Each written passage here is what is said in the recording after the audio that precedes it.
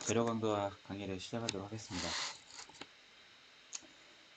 오늘은 이제 이전에 배웠던 산화탄소 파괴역학 내용에 대해서 간단하게 좀 정리를 해드리고 나머지 부분에 대해서 오늘 수업을 하도록 할게요.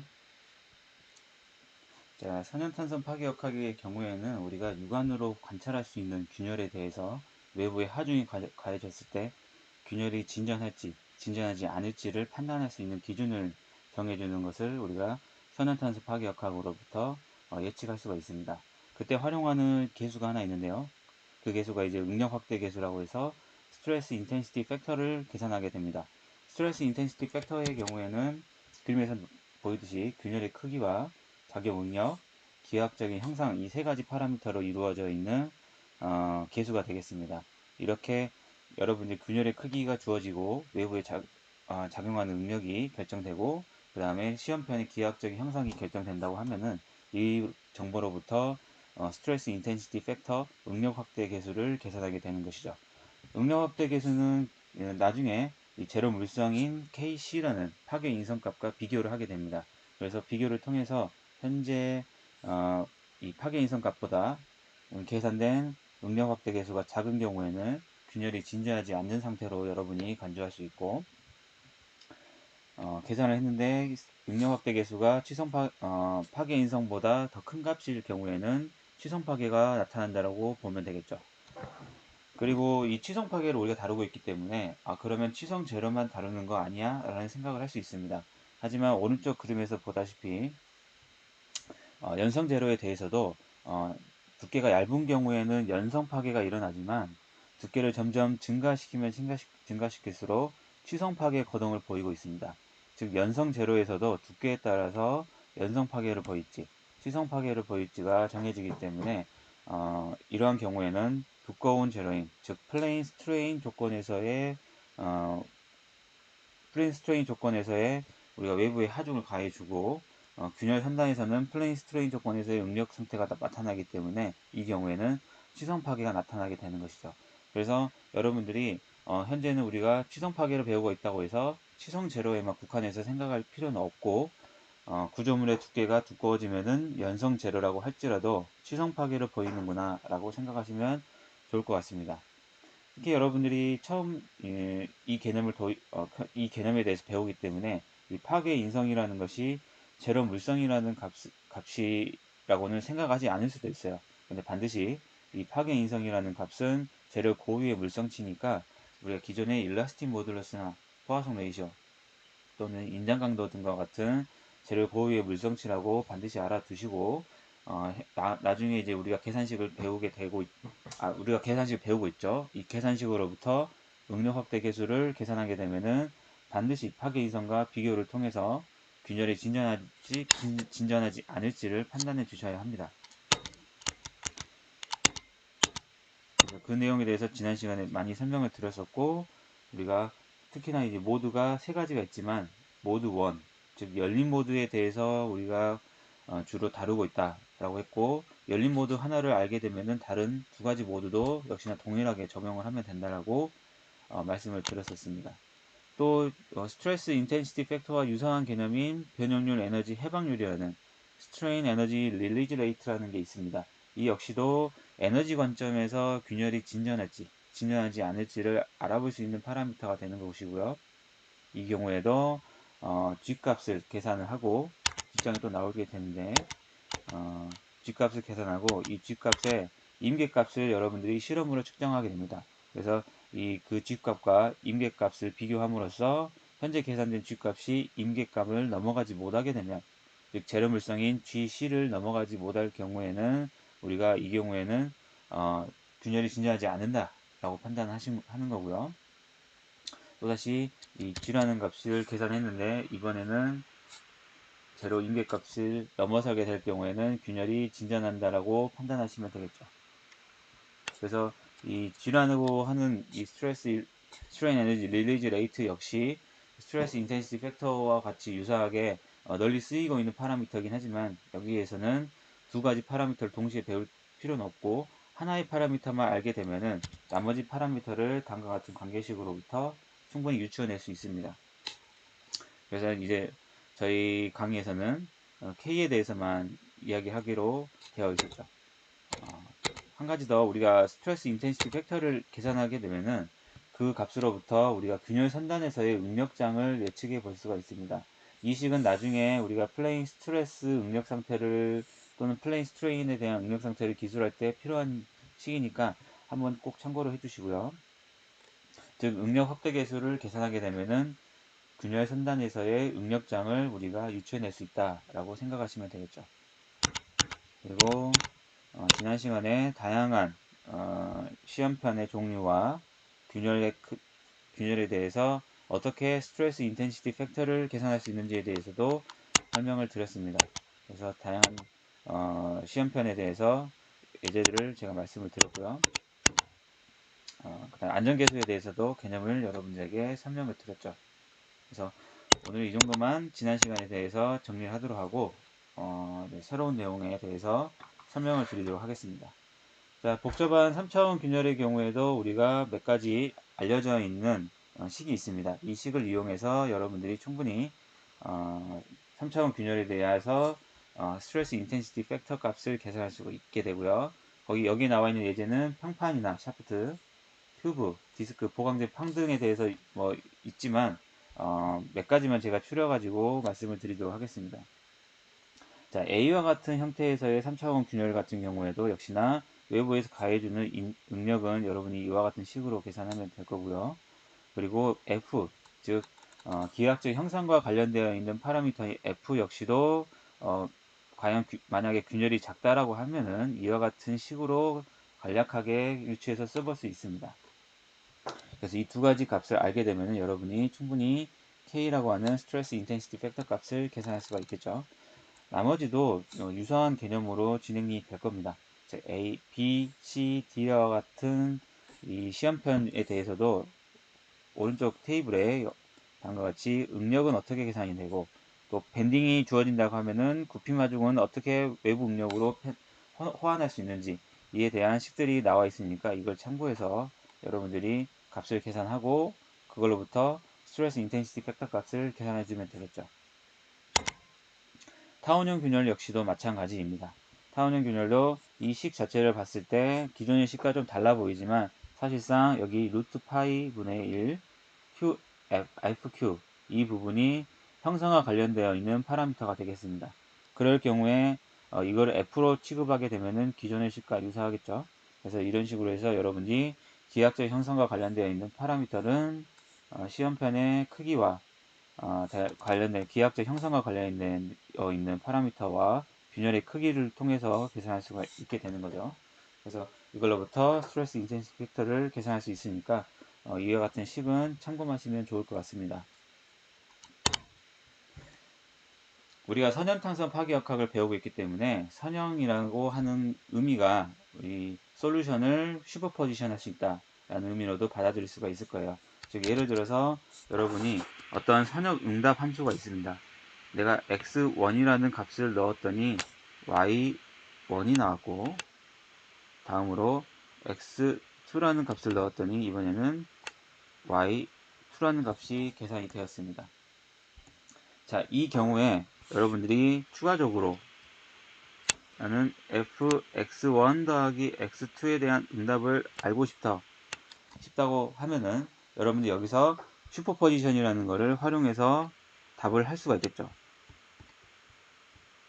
즉 중점법이라고 하는 것은 선형 시스템에서 적용할 수 있는 방법이고 이 선형 시스템에서의 각기 다른 솔루션이 현재 두 가지 솔루션에 대한 응답을 동시에 알고 싶을 때에는 다음과 같은 슈퍼포지션이라는 방법을 통해서 응답을 찾아낼 수 있는 방법이 중첩법이 되겠습니다. 그래서 선형탄수 파괴역학에서도 그림에서 나타난 바와 같이 이와 같은 시험편에 대해서 스트레스 인텐시티 팩터 값을 계산하고 싶다라고 하면은 기전에 알려져 있는 스트레스 인텐시티 팩터 값을 이용해서 여러분이 구성할 수가 있겠죠. 즉 다음 같은 시험편의 경우에는 우리가 알고 있던 시험편의 크기 시험편과 유사한 모양을 갖고 있지만 작용하는 응력이 중심이 아니고 편심되어 있습니다. 이 경우에는 중심의 작업을 하고 있는 하중에 대한 솔루션을 우리가 알고 있죠. 이게 그림 8.12C를 참고하시면 되겠습니다. 이에 대한 솔루션과 그리고 펜심이 되어 있기 때문에 다음과 같은 모멘트를 여러분들이 추가로 고려함으로써 두 가지 솔루션을 더해서 새로운 솔루션을 만들어낼 수가 있게 되는 거죠. 즉, 우리가 1번에 대해서 이와 같은 시험편에 대해서 우리가 스트레스 인텐시티 팩터에 대한 식은 아래와 같이 주어져 있습니다. 즉 F1, S1, 루트 파이 A라는 식으로 주어져 있고요. 자, 2번에 대해서 즉 오른쪽 그림과 같은 이 그림에 대해서도 2번 솔루션에 대해서도 역시나 그림 8.13A를 참고하시면 되는 거고요. 이 경우에는 모멘트가 가해져 있기 때문에 모멘트에 대해서 우리가 하중을 계산해 주시고 응력을 계산해 주시고 이 응력으로부터 다음과 같은 식으로부터 스트레스 인텐시티 팩터 값을 계산하게 되겠습니다.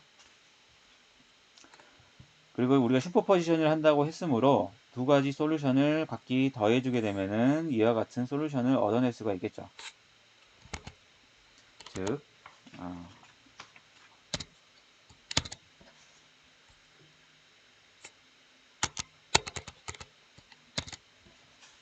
K1이라는 솔루션은 여러분들이 F1, S1, 루트 파이 A가 되겠고요. 이 과정에서 S라고 했던 것이 사실 BT분의 P라는 식으로 주어지게 되겠죠. 더하기 K2에 대한 솔루션은 여러분들이 위에 나와 있듯이 F2 B의 제곱 T 6P2 A가 되겠습니다. 그래서 여러분들이 이 식을 좀 더 추가해서 쓰게 되면은 이와 같은 식이 얻어지게 되는 것이죠. 자, F1과 F2는 같은 파라미터를 쓰시면 안 되고 각기 시험편에서 시험편에 대해서 나타나져 있는 F 값을 쓰셔야 합니다.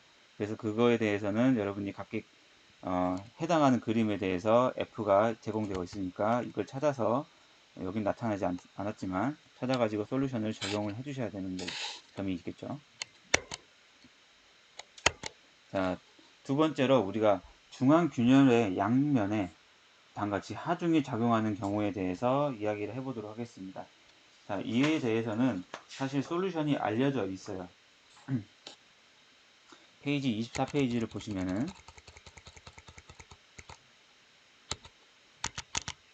25페이지를 보시면은 다음과 같이 중앙균열에 대해서 응력 확대 계수가 나타나 있습니다.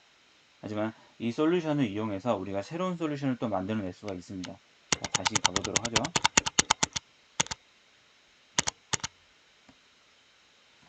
자, 이 솔루션에 대해서는 우리가 알고 있는 솔루션이고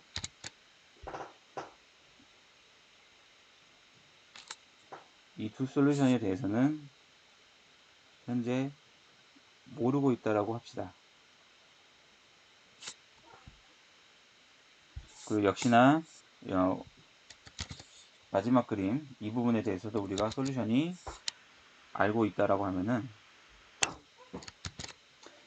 중앙에 작용하고 있는 중앙균열의 양면에 작용하고 있는 이 하중의 경우에는 다음과 같이 이 두 개의 하중을 더해주고 두 개의 이와 같은 시험편에서 걸려있는 하중을 더해주고 마지막으로 외부에 걸려있는 응력을 빼주게 되면 원래 우리가 구하고 싶었던 중앙균열 양면에 작용하고 있는 하중이 되겠죠. 그래서 이렇게 알려져 있는 솔루션은 우리가 이 두 가지를 알고 있고 안에 있는 이 unknown 이 두 가지 시험편에 대해서는 사실 알려져 있지가 않겠죠. 그래서 우리가 이런 새로운 솔루션을 만들어낼 때 역시나 중첩법을 이용하면은 쉽게 구성할 수가 있습니다. 자, 이 두 시험편에 대해서는 방향은 반대이지만 사실상 똑같은 역할을 하겠죠. 즉 이와 같은 균열을 진전시키는 데 있어서 이와 같은 하중을 주든 또 이와 같이 반대 방향의 하중을 주든 크게 차이가 없습니다. 그래서 우리가 K2라는 솔루션으로 놔두게 되고요. 이렇게 K2에 대한 솔루션을 우리가 찾고 싶을 경우에는 슈퍼포지션을 이용해서 K1의 솔루션이 K2 두 개의 솔루션과 K3 솔루션을 뺀 것과 같기 때문에 이로부터 우리가 K2에 대한 솔루션은 K1과 K3를 더한 것에 2분의 1을 해주면 된다라고 유도해낼 수가 있겠죠. 그래서 우리가 각기 알려져 있는 K1과 K3에 대한 솔루션을 각각 대입을 해주시고요. 최종적으로 K2에 대한 솔루션을 이와 같은 식으로 얻어낼 수가 있겠죠.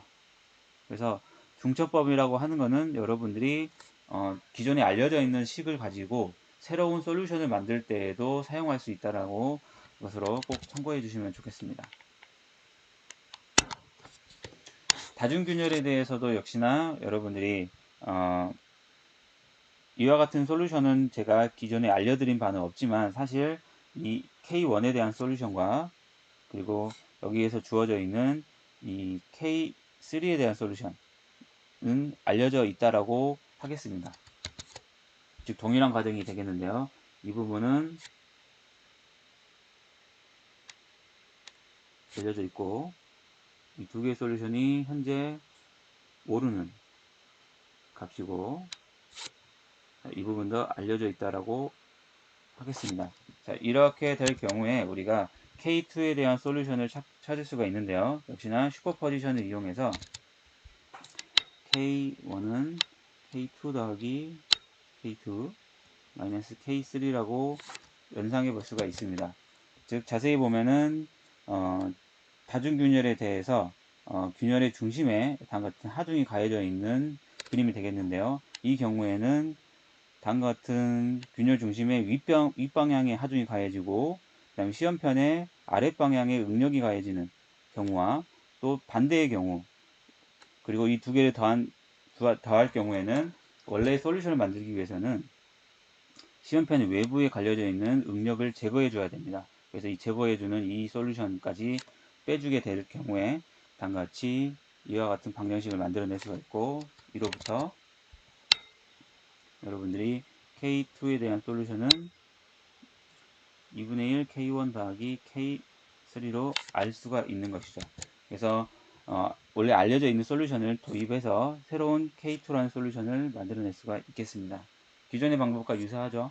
그래서 이 중첩법을 이용할 경우에는 익히 알려져 있는 솔루션을 기준으로 새로운 솔루션을 만들어낼 수 있다라고 여러분들이 생각하시면 좋을 것 같습니다. 자, 파단전 누설 설계라는 방법이 있는데요. 특히나 여러분들이 이 배관과 관련되어 있는 업무에 대해서 뭔가 설계를 해야 된다라고 하게 될 경우에 이용할 수 있는 방법이 되겠습니다.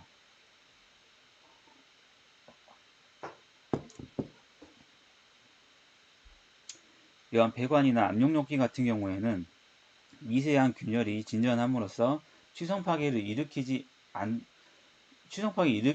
크기로 성장하게끔 놔두고 이때 충분히 균열이 성장하게 되면은 배관이 뚫리게 되겠죠. 그래서 배관이 뚫릴 경우에 내부에 있는 가스가 자연스럽게 외부로 새어나오게 될 경우를 가정하겠습니다.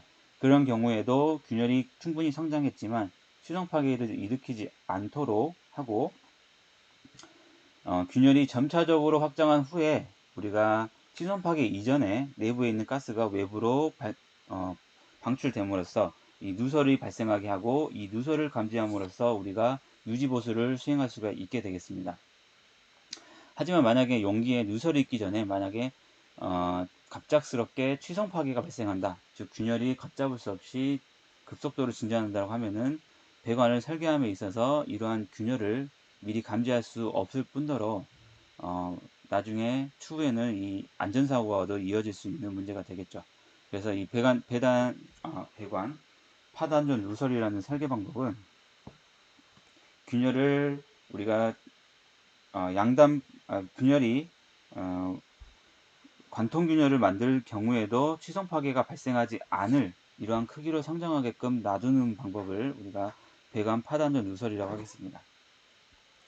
그래서 배관에서 균열이 발생을 하게 되고 반복적인 하중과 화학적인 침식에 의해서 균열이 점차적으로 성장하게 되겠습니다.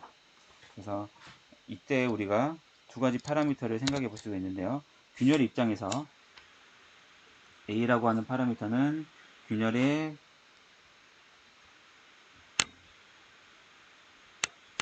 깊이가 되겠고요. C라고 하는 파라미터는 균열면의 길이가 되겠습니다.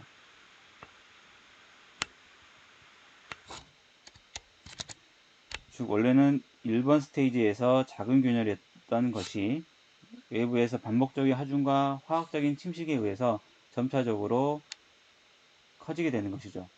그리고 최종적으로는 다음과 같이 균열이 뚫리게 되는,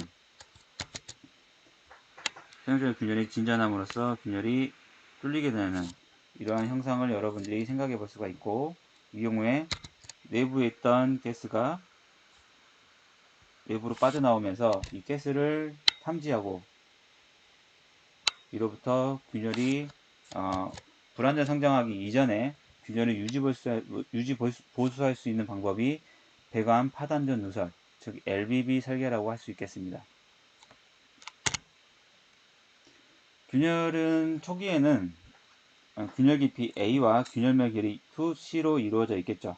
그리고 균열면의 길이는 균열 깊이의 A라는 파라미터의 2배가 되겠습니다. 그 근사적으로 이 균열면의 길이 C와 균열 깊이 A는 근사적으로 같다라고 볼 수 있겠죠. 균열이 이제 진전을 하면서 성장하게 될 경우에 취성 파괴가 발생하지 않게 되면은 관통 균열로 이 균열은 성장하게 됩니다. 그리고 이렇게 성장한 균열을 봤을 경우에 두께를 따져볼 경우에 균열면의 길이 2C가 두께의 2배 값을 갖게 되는 것이죠. 즉 균열 깊이 A가 근사적으로 T와 가깝게 되고 결과적으로는 A라는 파라미터는 C와 같게 되므로 결과적으로 C와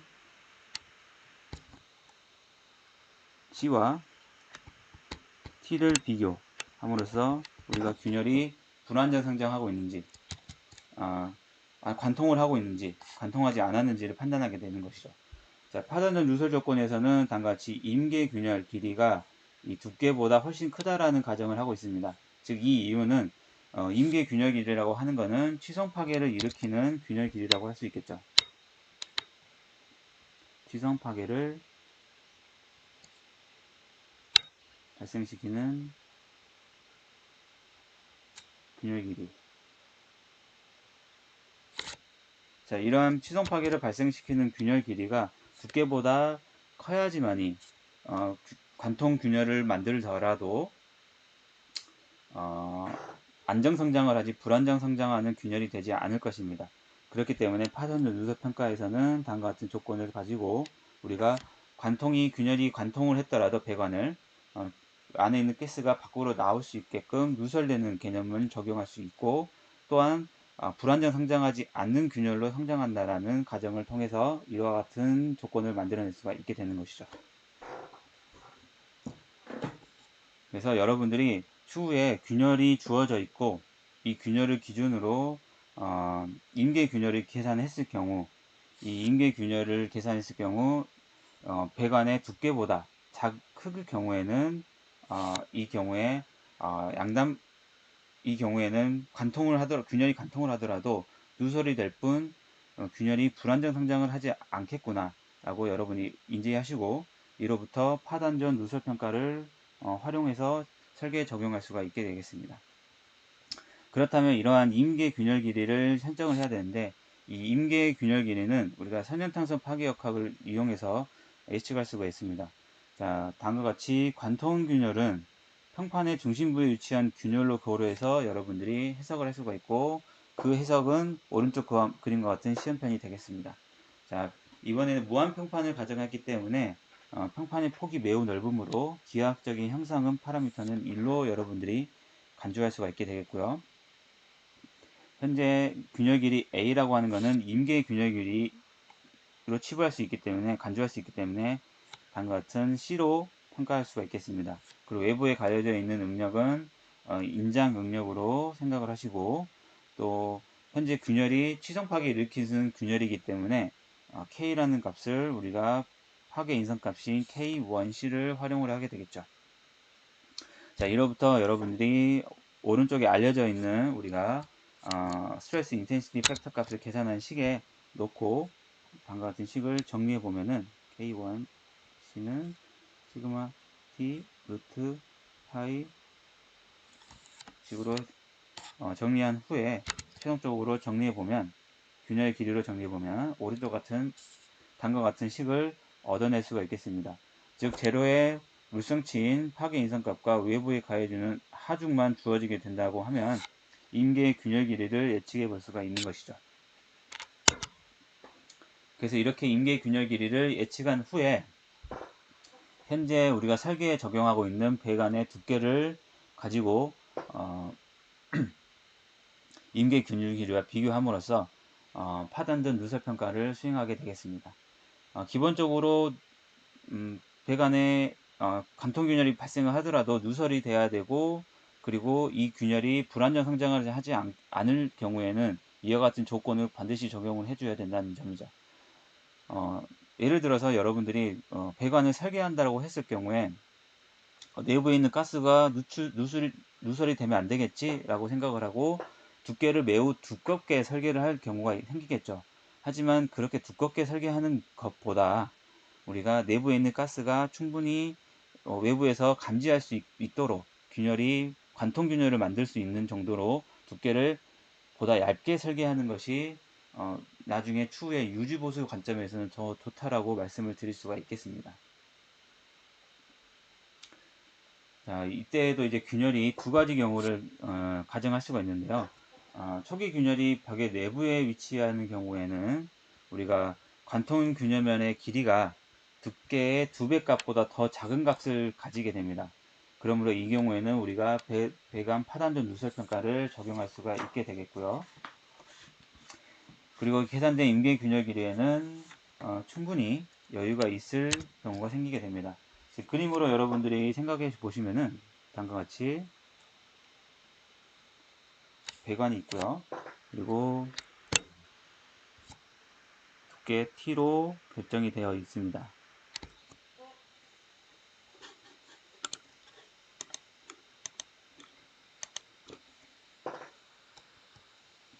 현재 우리가 벽의 내부에 다음과 같은 균열이 위치하고 있다라고 하면은 이 균열이 점차적으로 성장해서 다음과 같은 관통 균열을 만들어내겠죠.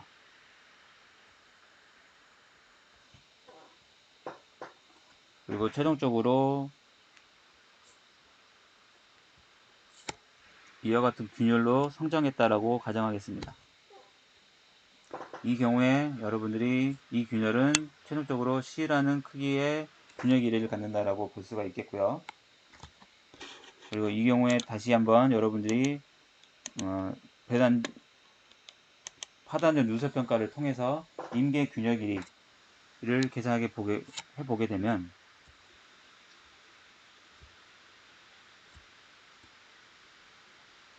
현재 양단 관통 균열이 만들어지더라도 임계 균열 길이에는 도달하지 않는 경우를 생각해 볼 수가 있겠습니다. 자, 이러한 경우에는 우리가 반드시 배관 파단전 누설점을 적용할 수 있다라고 할 수 있고요. 자, 다른 예제로는 우리가 아래와 같이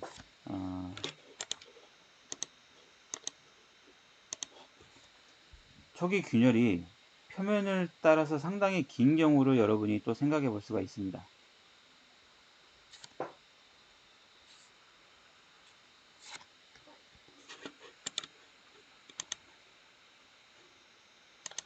자, 위아래가 같은 재료라고 해서 동일하게 임계 균열 길이를 선정했다라고 하겠습니다.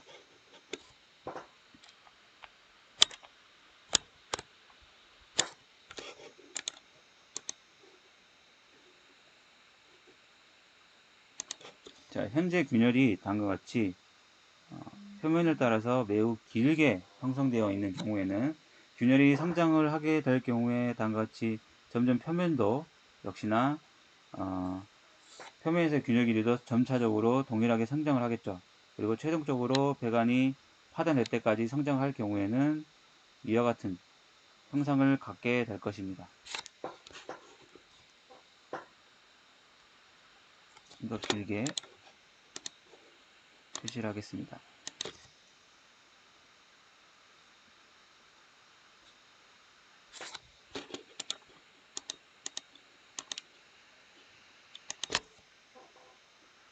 그래서 이렇게 척의 표면이 이제 척의 균열이 이제 표면을 따라서 기는 경우에는 점차적으로 균열이 성장하다 보면은 이렇게 넓게 균열이 성장하는 경우를 생각해 볼 수가 있겠죠. 이 경우에는 임계 균열 길이보다 훨씬 큰 균열로 성장할 가능성이 있기 때문에 이 경우에는 배관 파단전 누설을 적용하지 않고 바로 이러한 균열들은 보수를 통해서 없애주는 것이 필요하겠습니다.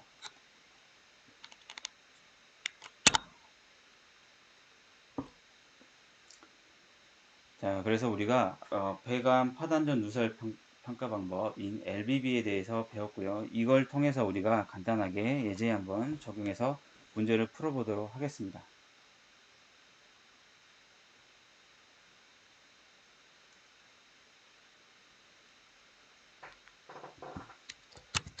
예제는 구형의 압력 용기가 되겠고요. 약 룸 템퍼러처인 300K에서 즉 27도씨에서 운영이 되고 있고 내부의 다이아미터는 1.5m, 두께는 10mm로 보고 있습니다. 그리고 최대 가해줄 수 있는 하중은 응력은 6MPa이 되겠습니다. 이 경우에 우리가 LBB 조건을 만족할 수 있겠느냐라는 문제인데, 다음과 같이 구형에 대해서는 우리가 후프 스트레스를 다음과 같이 계산해 볼 수가 있겠습니다. 이거는 뒤에 있는 어펜딕스를 참고하시면은 찾아낼 수 있는 식이 되겠고요. 이렇게 해서 여러분들이 주어져 있는 파라미터를 가지고, 즉 압력 6MPa, 그 다음에 반경 이너 다이아미터가 1.5m라고 했으니 0.75m를 적용해 주시고 두께는 10mm라고 했습니다. 그래서 이 파라미터를 적용해서 최대 하중이 내압으로 걸려 있을 경우 후프 스트레스가 얼마만큼 결정되어 있는지를 여러분들이 계산해 볼 수가 있겠죠. 그래서 225MPa이 다음과 같이 반경 방향으로 응력이 발생한다는 것을 여러분들이 원주 방향으로 응력이 발생한다는 것을 확인할 수가 있겠습니다.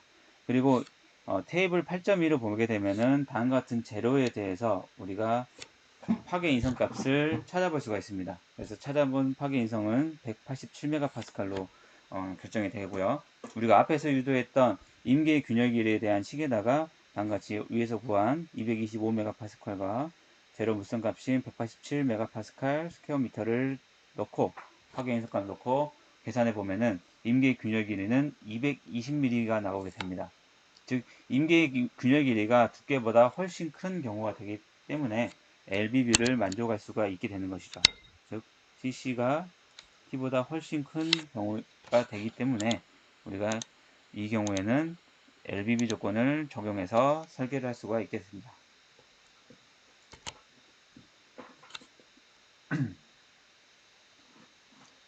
자, 우리가 또 추가적으로 이 균열 길이가 만약에 누설이 됐다라고 할 경우에는 균열의 길이가 재료의 두께와 즉 압력 용기의 두께와 같다라고 볼 수가 있겠죠.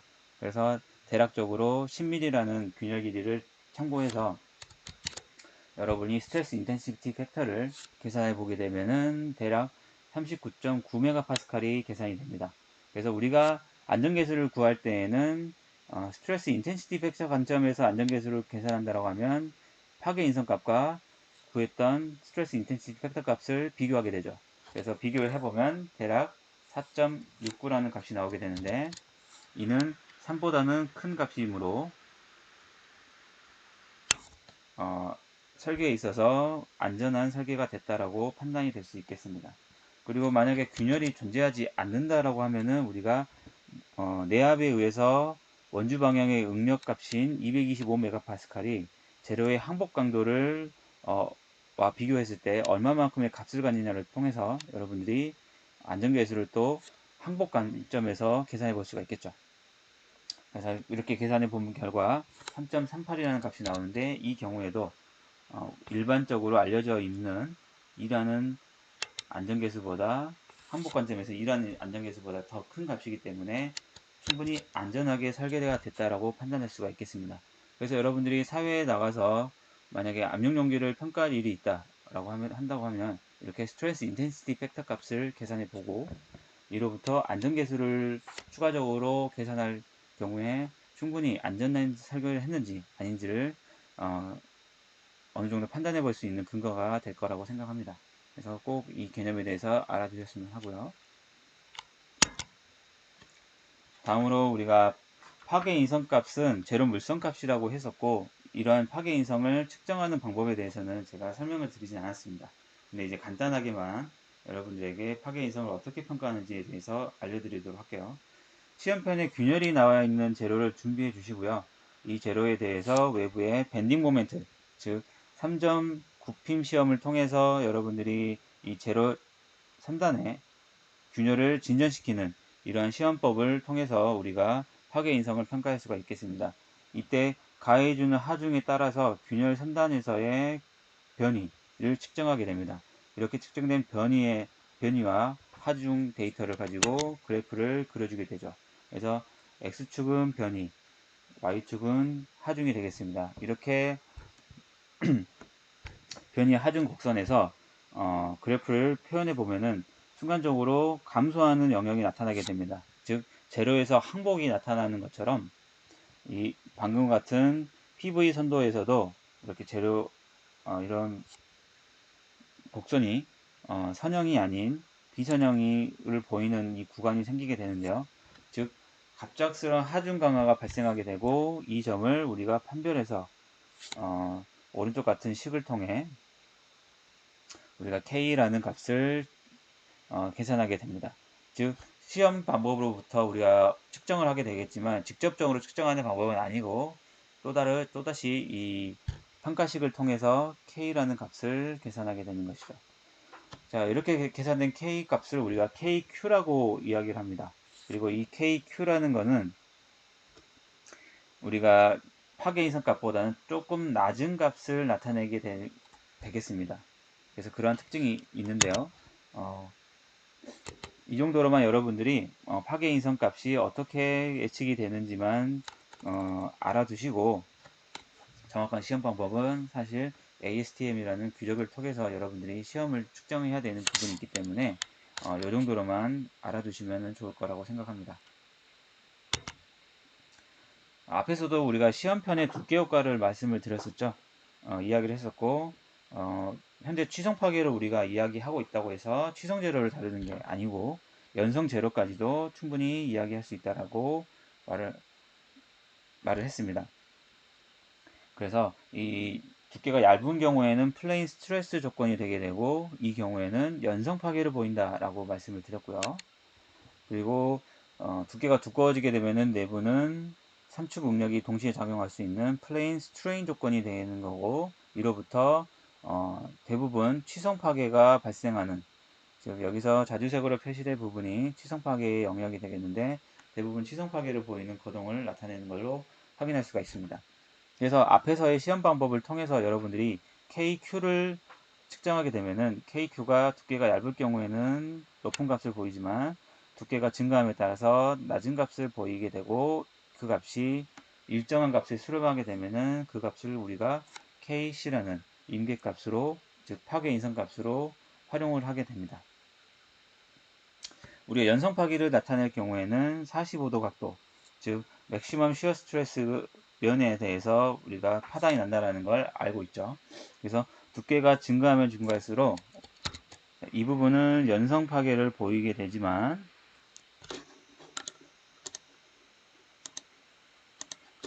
이와 같은 부분에서는 플랫한 형상이 나타나기 때문에 취성 파괴를 보인다는 거 여러분들이 확인할 수가 있겠습니다. 그래서 이렇게 취성 파괴가 넓게 나타나면 나타날수록 제로의 프랙처 터프니스 값은 감소하게 되는 것이죠. 자, 온도에 따라서도 이러한 파괴 인성 값이 바뀌게 되는데요. 온도가 증가함에 따라서 파괴 인성 값은 증가하는 경향을 나타내게 됩니다. 하지만 오히려 반대로 온도가 증가함으로써 디스로케이션이 자유롭게 움직일 수 있는 환경이 만들어지기 때문에 항복 강도는 오히려 반대로 감소한다라고 보시면 되겠어요. 그래서 이 항복 강도와 파괴 인성은 반비례하는 관계를 나타낸다라고 생각하시면 좋을 것 같습니다. 또 연성, 취성, 천이온도라는 것도 우리가 기계재료 시간에 또는 현재 재료강도학 시간 초기에 이와 같은 개념을 배웠었죠. 그래서 천이 온도 아래에서는 취성 파괴가 발생을 하고, 그 다음에 온도가 증가함에 따라서 급격히 증가하는 영향이 나타나고, 그 이후에는 연성 파괴 메커니즘을 나타낸다라고 보고 있습니다. 그래서 이러한 취성 천이 온도는 파괴 인성이 급격하게 증가하는 그 영역을 나타내게 되는데, 특별하게 구분이 안 되는 경우도 있고, 다음과 같이 이렇게 뚜렷하게 구분이 되는 경우도 나타나게 됩니다. 그래서 어느 정도 이 영역에서는 천이 온도라고 정의할 수 있게 되는 거고요. 뚜렷하게 몇 도라고는 말씀을 드릴 수는 없지만, 대략적으로 이 온도 범위에서는 연성, 취성, 천이 온도가 발생하겠다라고 보시고, 더 낮은 온도에서는 취성 파괴, 높은 온도에서는 연성 파괴를 보인다라고 이 그래프를 통해서 해석해 주시면 좋겠죠. 또 하중 속도에 따라서도 파괴 인성 값이 바뀔 수가 있는데요. 여러분들이 높은 하중 속도를 갖게 될 경우에는 제로가 본인이 가지고 있던 항복 강도보다 본인이 더 제로가 더 강하다라고 느끼기 때문에 하중 속도가 높게 되게 되면 항복 강도가 증가하는 현상이 나타나게 됩니다. 이런 항복 강도의 증가는 사실 파괴 인성과는 반비례하는 관계이기 때문에 항복 강도의 증가가 파괴 인성의 감소로 또 나타나지게 되겠죠. 자, 이러한 파괴 인성의 감소를 봤을 경우에는 온도의 감소 효과와 유사하다는 것도 여러분이 유추해 볼 수가 있겠어요. 그래서 결과적으로는 천이 온도가 증가하는 이런 형태가 나타나지게 되는데, 참고로 제가 그 내용에 대해서 좀 써드리도록 할게요. 자, 높은 하중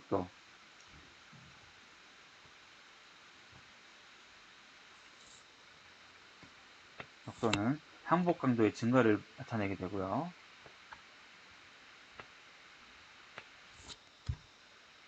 결과적으로는 파괴 인성과는 반비례 관계이기 때문에 파괴 인성은 감소하는 걸 알 수가 있습니다.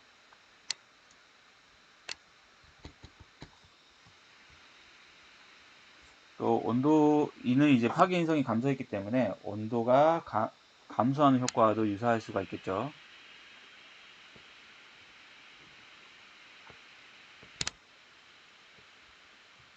그리고 결과적으로는 온도가 감소했기 때문에 천이 온도가 증가하는 영향을 나타내게 됩니다.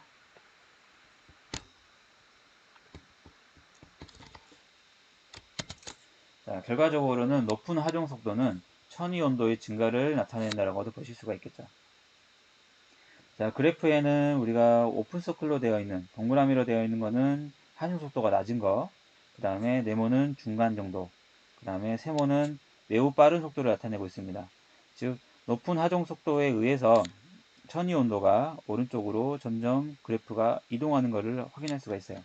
그래서 원래의 낮은 속도에서는 천이 온도가 이 영역에서 발생했다고 하면은 속도가 조금 높아진 경우에는 이 영역, 최종적으로는 더 빠른 영역, 더 빠른 하중 속도에서는 더 높은 온도에서 천이 온도가 발생하는 걸로 여러분들이 이해하시면 좋겠습니다. 이 정도로만 여러분들에게 설명을 드리고요. 자, 파괴인성에 또 영향을 미치는 것 중에 하나가 황화 개제물이라는 게 있습니다. 제로 내부에서 이 불순물로 작용을 하게 되고, 이 불순물은 이 황화 개제물은 일반적인 제로보다 딱딱한 제로이기 때문에 매우 하드한 페이지를 갖고 있기 때문에 이 하드한 페이지 주변에는 균열이 많이 생성되게 됩니다. 그래서 외부에서 하중을 가했을 때 황화 개제물 주변에서의 균열이 성장함으로써 제로가 더 빠른 시점에서 파단이 일어나는 현상이 나타나게 됩니다. 즉 결과적으로는 황화 개제물이 많을수록 주변에 균열이 많아지게 되고, 그로부터 파괴성이 감소한다라고 여러분들이 생각하시면 좋겠죠.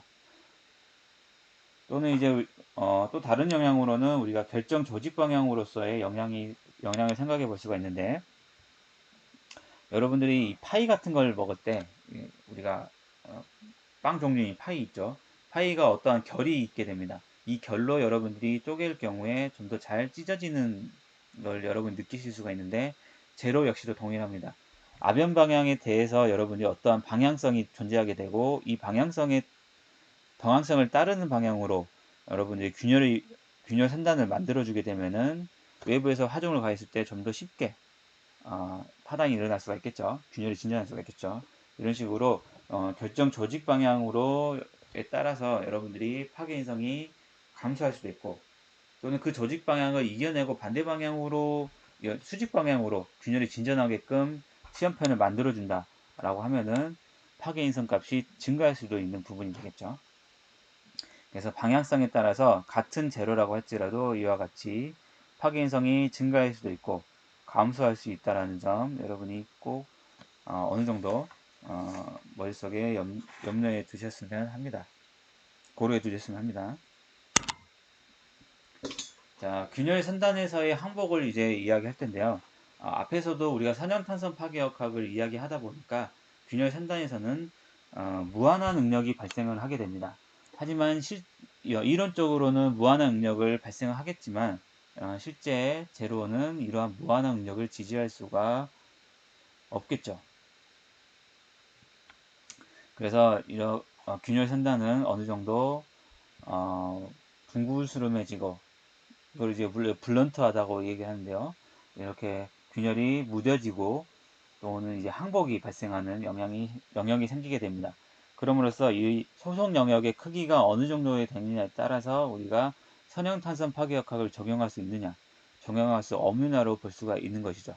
즉 우리는 최대한 균열 선단에서의 소속 영역 크기가 작게 되는 경우를 생각해 보고 싶습니다. 그래서 우리가 그 전에 그 영향을 알기 위해서는 균열 선단에서의 소속 영역의 크기가 어떻게 되는지를 알아볼 필요가 있겠죠. 첫 번째로 우리가 평면 응력 상태에서의 소속 영역 크기를 알아보도록 하겠습니다. 자, 우리가 앞에서 스트레스 인텐시티 팩터 값을 알게 될 경우에 다음과 같이 균열 선단에서의 응력 상태를 알 수 있다라고 말씀을 드렸습니다. 이 식을 우리가 참고해서 응력을 유도해 보도록 하겠어요.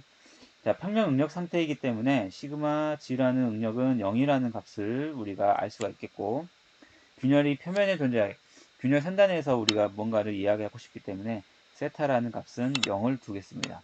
그래서 우리가 시그마 xy, 타우 xy 나머지 값들을 계산해 보게 되면 다음과 같은 응력식이 주어지게 되겠죠.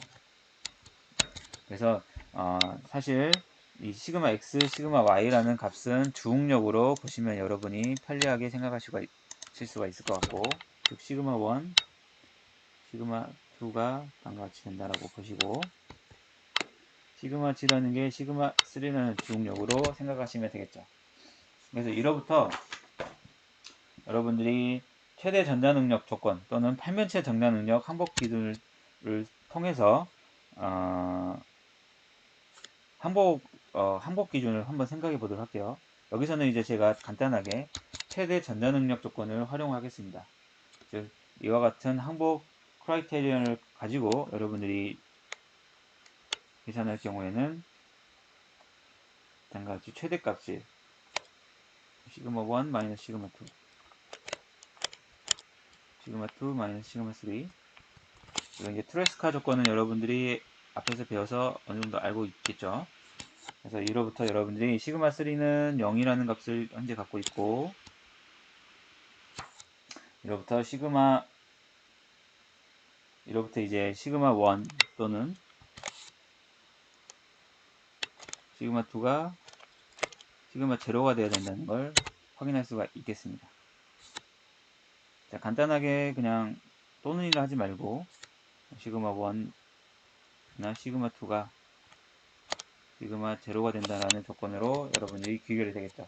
그래서 이와 같은 조건을 여러분들이 찾을 수가 있고, 앞에서 우리가 다음과 같이 균열 선단에서의 응력장을 계산했을 때 스트레스 인텐시티 팩터 값을 도입을 했었죠. 그래서 이로부터 뒷장에 다시 적도록 하겠습니다.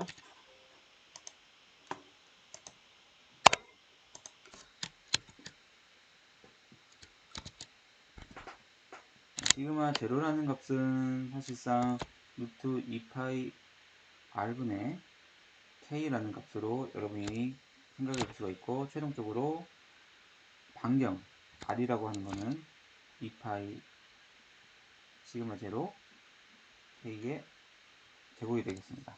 즉 이 식은 우리가 균열 선단에서의 항복 영역의 크기를 평가할 수 있는 식이 되겠어요. 균열 안에서의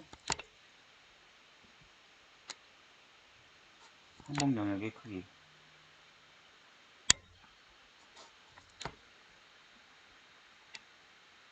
평가할 수 있는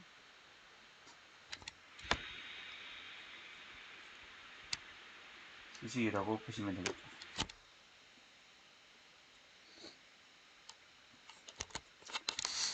자, 기호에 대해서 조금 설명을 드릴 텐데요. 우리가 항복이 일어나는 거리이기 때문에 O라는 표현을 쓰게 되고요. 현재 응력 상태를 우리가 플레인 스트레스 상태로 쓰고 있기 때문에 시그마를 붙여서 다음과 같이 표현하게 되어 있습니다. 즉, 항복이 존재하는데 그때 평면 응력 상태를 고려했다라고 보시면 되겠죠.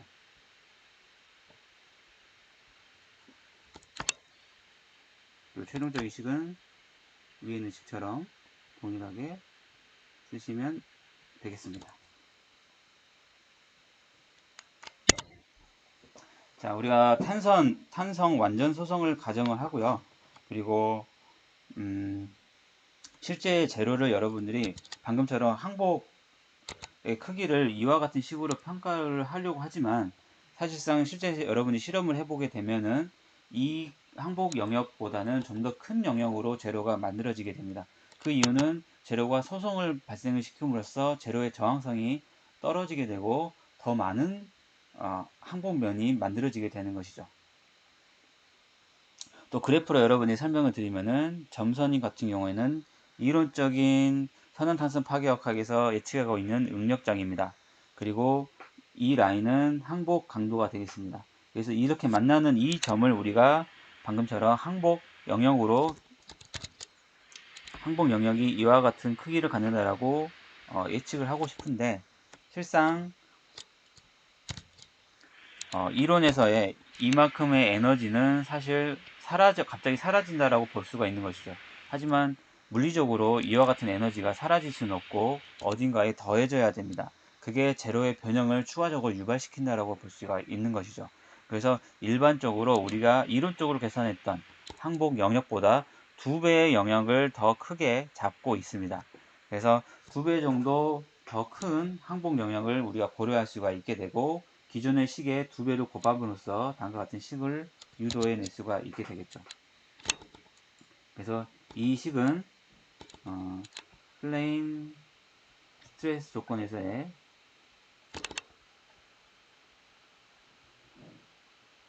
항복 영역이라고 그냥 항복 크기라 쓰겠습니다. 항복 크기에 대한 식이라고 여러분들이 생각하시면 좋겠죠. 자, 플레인 스트레스 같은 경우에는 항복 영역이 상당히 큽니다. 그렇기 때문에 연성 파괴가 발생하게 되고요.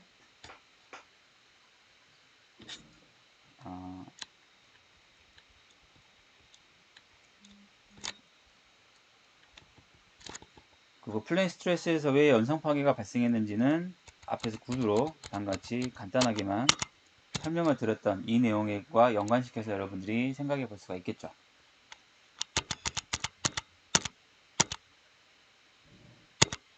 자, 다음으로 평면 변형률 상태에 대해서 이야기해 보도록 하겠습니다. 평면 변형률 상태는 두께가 큰 재료에 대해서 그 내에 균열이 있는 부재를 우리가 생각해 볼 것이고요. 이 경우에는 재료 내부에서는 지방향으로 변형하기가 어려운 플레인 스트레인 조건이 만들어지게 됩니다. 즉 지방향으로 변형하기 어렵기 때문에 구속 조건이 더 많이 만들어진다라고도 볼 수가 있겠죠. 그래서 우리가 이 경우에도 다시 한번 앞에서 플레인 응력 조건을 가지고 유도를 해보게 될 텐데 현재 우리가 지방향의 응력을 평가하기 위해서 아이소트로픽 재료라고 가정을 하고 그로부터 스트레인과 스트레스 관계식을 스트레스와 스트레스 관계식을 활용하도록 하겠습니다. 현재 우리가 X랑 Y 방향으로의 응력은 동일하다고 보도록 할게요. 동일하게 응력이 증가하기 때문에 증가한다라고 보고 우리가 플레인 스트레인 조건이기 때문에 다음과 같이 시그마 D는 0이라는 조건을 활용을 해야 되겠죠. 그래서 이 과정에서 여러분들이 시그마 g는 뮤 시그마 x 더하기 시그마 y라는 식을 얻어낼 수가 있고, 최종적으로는 그냥 시그마 x로 또는 시그마 y로 이렇게 써볼 수가 있겠죠. 왜냐하면 시그마 x와 시그마 y가 현재 같다라고 이야기를 하고 있습니다. 즉 x와 y 방향으로 응력이 동시에 증가하는 형태를 우리가 생각하고 있는 거죠. 그리고 동일하게 팔면체 또는 최대 전단 항복 기준을 가지고 여러분들에게 전달할 텐데, 뒷장에 다시 설명을 드리도록 할게요.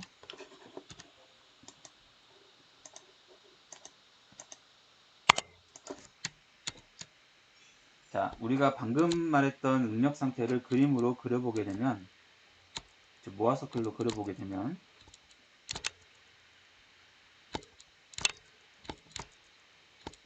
자, 시그마 3라고 하는 시그마 g가 이제 사실 시그마 3가 되겠죠. 2뮤의 시그마 2가 되겠고요. 시그마 1과 시그마 2는 같다라고 볼 수가 있습니다. 즉 시그마 1과 시그마 2가 어떠한 값을 갖는다라고 하면은 다음과 같은 모아서클에서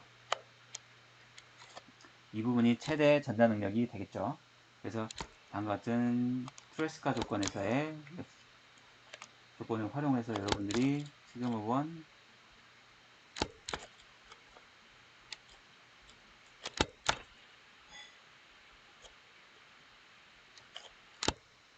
조건에서 여러분들이 유추해 볼 경우 다음과 같이 시그마 1 마이너스 2u라는 값을 계산해 볼 수가 있겠습니다. 즉 시그마 1 마이너스 시그마 2 또는 여기선 시그마 2 마이너스 시그마 3 값이 최대 값이 되는 것이죠.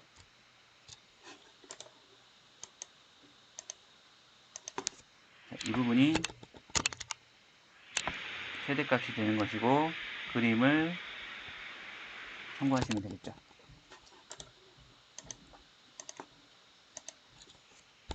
자, 이로부터 여러분들이 최종적으로 시그마 1과 항복 강도의 관계를 알아낼 수가 있습니다.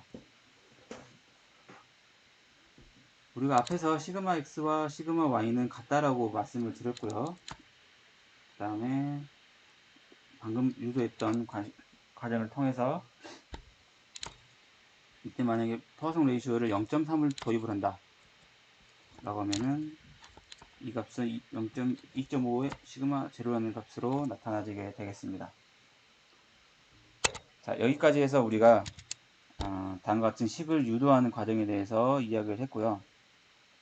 사실 이제 어윈이라는 사람이 이 소속 영역에 대해서 다시 한번 실험을 통해서 평가하는 식이 있는데, 그 경우에는 사실 2.5라는 값이 아니고 이 값이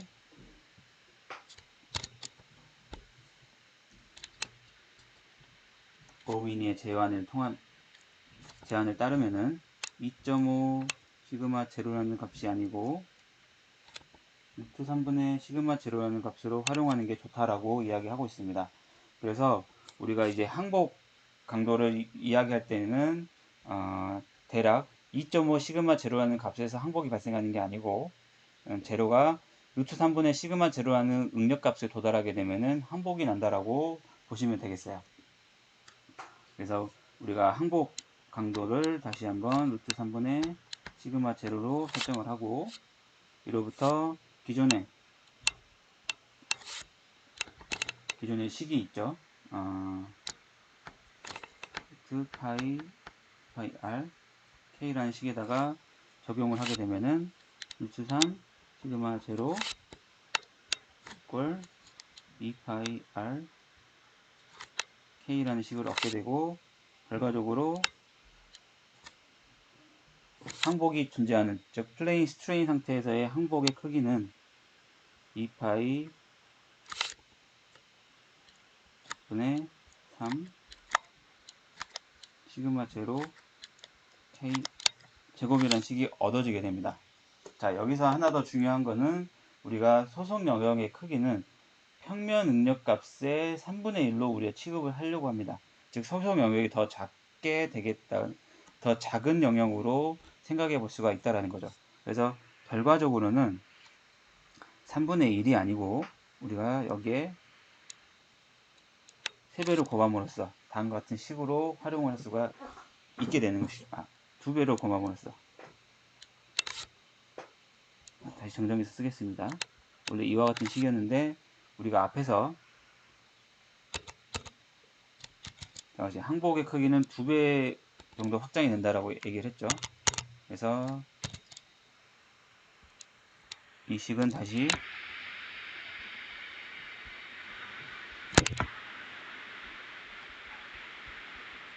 세로 K라는 식으로 얻어지게 되는 것이죠.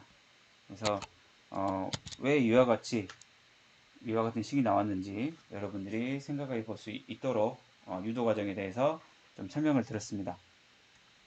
아무튼 소속 영역의 크기는 우리가 앞에서 이 플레인 스트레인 조건에 대해서 소속 영역의 크기보다 3분의 1 정도 플레인 스트레인에서 작다라는 걸 확인할 수가 있을 거예요. 그래서 플레인 스트레스 응력 조건보다는 플레인 스트레인에서의 항복 즉 영역이 대략 3분의 1 정도 작은 영역을 갖고 있다라고 보시면 되겠죠. 여기 이제 그림으로 표시해 보면은 대략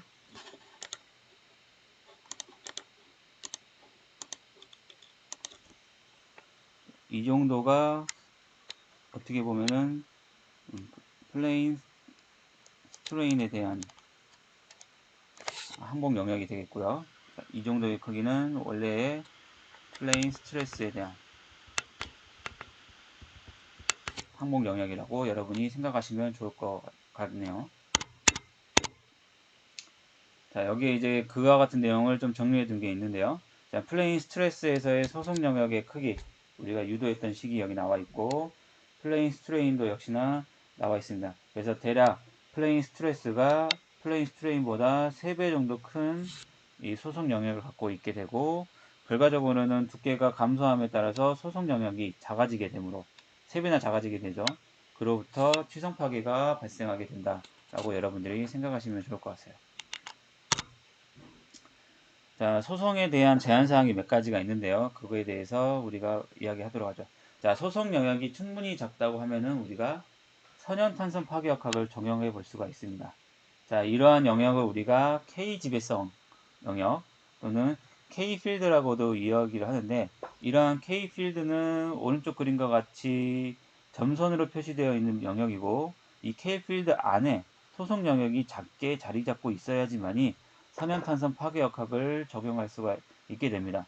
만약에 이 소속 영역이 점차 커져서 이 K필드를 넘어가는 이러한 상황이 발생하게 될 경우에는 선연탄성 파괴역학을 줄여서 LEFM을 적용할 수가 없게 되는 거죠. 그렇기 때문에 반드시 이 K필드 안에 작은 영역으로서 소속 영역이 존재해야 된다는 걸 여러분이 반드시 기억을 하시고요. 자, 그렇다면 우리가 시험편을 대해서 적절한 시험편의 사이즈를 선택할 볼 필요가 있게 되죠. 자, 일반적으로는 우리가 기존에 우리 구했던 이 소속 영역의 거리에 대해서 4배 정도 큰 크기를 갖도록 시험편의 사이즈를 정해주면 됩니다. 그래서 앞에서 이와 같은 플레인 스트레스 식을 얻었죠. 이것보다 4배 정도 큰 영역, 4배 정도 큰 사이즈를 갖는 크기를 여러분들이 선정을 해서 시험편을 만들었다고 하면 다음과 같이 선연탄성 파괴역학이 적용이 가능하다는 거를 꼭 기억을 해 두셨으면 좋겠습니다. 자, 왜 그런지는 뒤에 그림에 한번 보시도록 하죠. 자, 만약에 균열이 매우 작았다 라고 할 경우에도 선연탄성 파괴역학에서 선연탄성 파괴역학으로부터 우리가 이 K필드를 다음과 같이 동그라미로, 빨간색 동그라미로 이야기하도록 하겠습니다. 이건 이제 K필드가 되겠어요. K필드를 넘어가는 형상이 나타나지게 됩니다.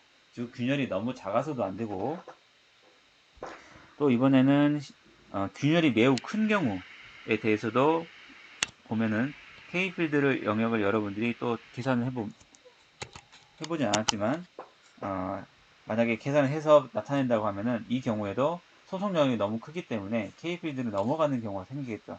그래서 너무 큰 균열도 안 됩니다.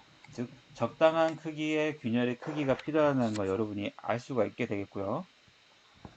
자, 마지막 세 번째 경우에는 이 높이 방향이 너무 작은 경우, 이 경우에 대해서도 소속 영역이 다음과 같이 발달을 하게 되고 K필드를 넘어가는 소속 영역으로 발전하게 되는 것이죠.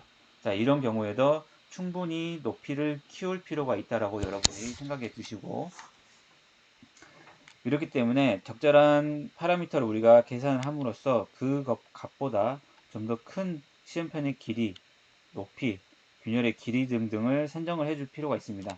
그렇기 때문에 이와 같은 파라미터를 계산해 주셔야 되는 것이죠. 자, 평면 능력 조건에 대해서도 다음과 같이 어떠한 경우에 대해서 평면 능력 조건이 될 것이냐를 여러분들이 다음과 같은 식으로 유추해 볼 수가 있게 되는데요.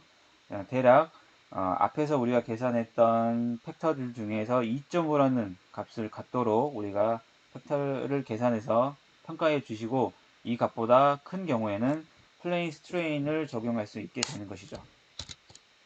자, 여기서 우리가 이 선연탄성 파괴역학을 적용할 수 있느냐, 플레인 스트레인 조건을 적용할 수 있느냐를 통해서 우리가 두 가지 정도로 시험편의 크기를 알아볼 수 있는 걸 생각했는데요. 최종적으로 여러분들에게 정리해서 이야기하자면 두께,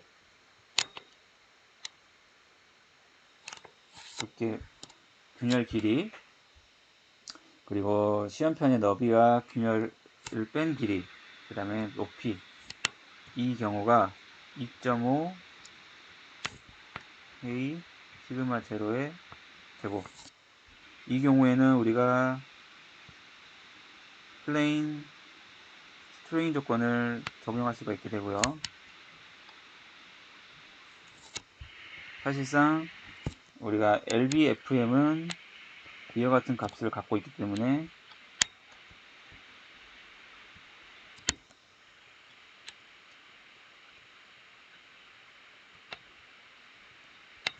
갖고 있다라고 정리해서 여러분이 생각해 주시면 좋을 것 같습니다. 즉 결과적으로 우리가 플레인 스트레인 조건을 적용할 수 있다라고 한다면 시험편이 충분히 이 값보다는 큰 값이 나타나져야 되는 거고요. 또 반대로 우리 LBFM을 적용할 수 있는 이 크기를 만족을 한다라고 하면은 자동으로 플레인 스트레인을 적용을 할 수 있는 이 크기가 된다라고도 생각해 보실 수가 있겠습니다. 그래서 이 뒷장에 관련 예제를 한번 보도록 하죠. 자, 예제 8.1에 대한 상황에 대해서 우리가 다시 한번 고려해서 문제를 풀어보도록 하겠습니다. 이제 균열의 길이가 10mm인데 과연 플레인 스트레인 조건을 적용할 수 있는지, LEFM을 적용할 수 있는지를 알아보는 문제입니다. 또한 최종적으로 우리가 플라스틱 존의 사이즈를, 소속 영역의 크기를 한번 평가해 보는 것도 여기에 문제에서 요구하고 있는 사항이고요. 그래서 두께가 5mm, B라는 거는 50mm, 또 K라고 하는 거는 앞에 8.1에서 계산된 값을 활용해서 여러분들이 계산을 해주시면 되고, 항복 강도는 415MPa로 나타나 있습니다. 자, 이 경우에 알루미늄 소재이기 때문에 이에 대해서 우리가 스트레스 인텐시 파괴 인성값도 테이블을 통해서 찾아보셔야 되겠죠. 그래서 우리 첫 번째로 플레인 스트레인 조건을 만족할 수 있는지를 한번 보도록 하겠습니다. 다음과 같이 K값, 스트레스 인텐시티 팩터 값은 17.7이라는 값으로 예제 8.1에서 계산을 했었어요. 그 값을 활용하시고, 그 다음에 항복 강도 415MPa를 도입하신 다음에 계산해 볼 경우 대략 4.5mm라는 값이 나타나지게 됩니다. 그래서 이 4.5mm라는 것은 앞에서 우리가 시험편을 설정했던 5mm 두께, 그 다음에 두께 5mm, A는 10, B에서 A는 40, 이 값들보다 작은 값으로 나타나지게 되겠죠. 그렇기 때문에 충분히 플레인 스트레인 조건을 적용할 수 있다라고 보실 수가 있어요. 그리고 반대로 여러분들이 LEFM을 적용하지 않더라도 충분히 이 계산된 값이 크기 때문에 LEFM을 적용할 수 있다라고도 볼 수가 있게 되겠죠. 자, 플라스틱 존 사이즈를 여러분들이 계산할 경우에는 플레인 스트레인을 적용할 수 있다라고 했으니까 그에 맞는 플라스틱 존 사이즈를 평가할 수 있는 식을 사용하셔야겠죠. 그래서 앞에서 우리가 이와 같은 식으로 적용한다고 했습니다. 즉 플레인 스트레스 조건에서의 항복 크기보다 3분의 1 정도 작은 이 크기를 여러분이 선정해서 쓴다고 했었고, 계산하게 되면 0.19mm 정도, 즉 균열 선단의 매우 작은 영역이 소속 영역으로 나타나는 것을 확인할 수가 있을 거예요. 자, 이번에는 같은 문제를 푸는데 균열의 길이가 이제는 16.3mm가 됐고, 이때 취성 파괴를 일으키는 균열 길이라고 평가가 되어 있기 때문에 K 대신에 파괴 인성값을 활용하시면 되겠죠. 그래서 파괴 인성값은 테이블을 통해서 찾아주시고 24를 되나 보네요. 그래서 이걸 가지고 여러분들이 처음에 플레인 스트레인 조건에 대해서 적용 가능한지 한번 보도록 하겠습니다.